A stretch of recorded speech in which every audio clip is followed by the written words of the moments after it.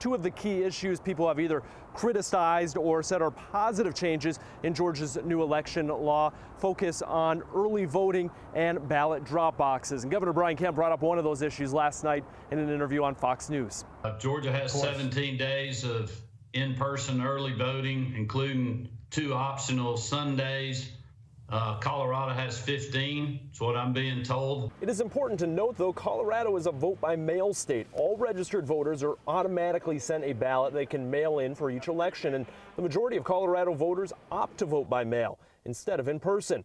Because of this, in the 2020 presidential election, less than 3% of ballots cast in Colorado were cast in person during early voting, compared to 67% in Georgia, according to data collected by the U.S. Elections Project. So while Colorado does have fewer early voting days, there's far less demand. Georgia's new election law also details how many ballot drop boxes each county can have where voters can drop off absentee ballots, but also mandates the drop boxes be inside and only accessible during voting hours.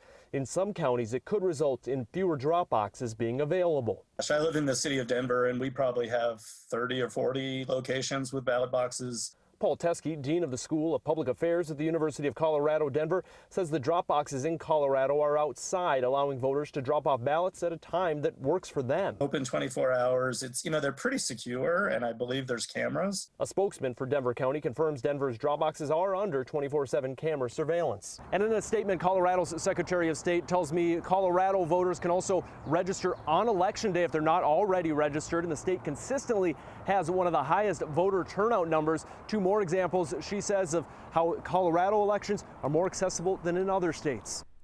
Losing the All-Star Game is a big blow to Cobb County, where preparations have been underway for months now. In addition to showcasing Truist Park on a national stage, the Midsummer Classic typically pulls in millions of dollars for its host city. Cobb County had already allotted $2 million for security and transportation related to the game. Cobb County Communications Director Ross Cavett says many of those projects are now on hold. We hadn't spent any money yet, so there's nothing out the door just yet. Public Safety had made just 2 purchases. They were able to pull those back on Monday.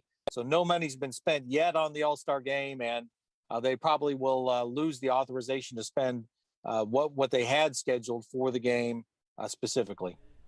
Cavett does say the county may consider the public safety projects like a planned high-tech real-time crime center. Cobb County commissioners will likely discuss that at their next meeting.